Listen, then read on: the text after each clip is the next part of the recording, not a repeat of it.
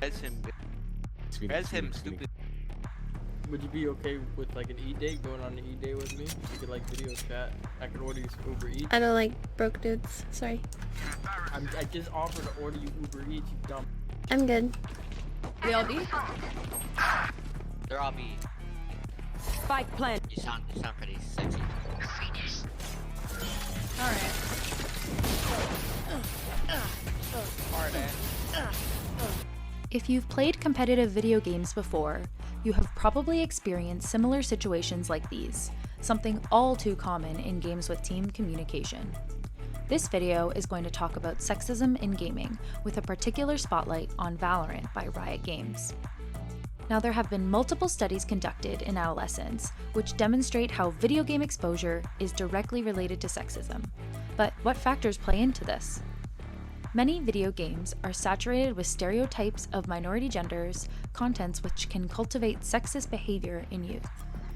As video games grow increasingly popular, the underrepresentation or misrepresentation of characters is evident. Characters being stereotyped or completely absent in games can be invalidating and demeaning to these hundreds of millions of minority players. In their Ask Riot posts, Riot themselves have admitted to emphasizing characters' sex appeal in their popular game League of Legends. They say, though, that they are making a conscious effort to cultivate a more diverse roster of champions and move away from creating hypersexualized characters.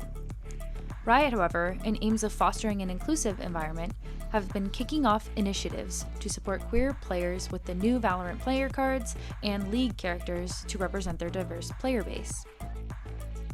There is no question that Valorant has improved their character design and representation compared to League, though unfortunately this does not prevent the harassment endured once minority players play their first game.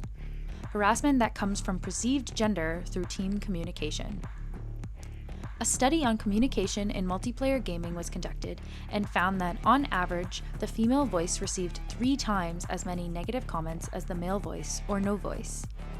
In addition, the female voice received more queries and more messages from other gamers than the male voice or no voice. In fact, research conducted by Reach3 Insights and Lenovo found that around 59% of women gamers say they adopt a non-gendered or male identity to avoid harassment while playing online. Patronizing comments, judgment of skill, and gatekeeping just scratch the surface of comments received while gaming online. While Valorant does have reporting and muting options in place for toxic team members, this can ultimately hurt your team as voice chat callouts can be essential to the game. Comms abuse can also be very discouraging to players, damaging their view on the game and their own self-esteem. Valorant did, however, announce their plan to record and review in-game voice chat when reported for harassment or hate speech. Though not everyone will be deterred, this is definitely a step in the right direction toward better environments for minority gender players. This also coincides with Riot's new VCT Game Changers initiative, which aims to encourage more women and minority gender players into Valorant's pro scene. An initiative that was jump-started by Riot's own executive producer after she herself stopped playing solo queue to avoid harassment online. Unfortunately, something can be said for how toxic gaming culture starts at the root of the game. Several employees of Riot Games have stepped forward with allegations of gender-based discrimination and harassment against top executives and have filed a lawsuit against the company. These employees detail the toxic boys' club environment experienced while working there, where complaints were brushed aside or used to thwart their careers. One can even argue how this negative culture and limited diversity can potentially influence game creation. Riot has issued a statement apologizing to all current and former employees and put a significant investment towards improving their culture.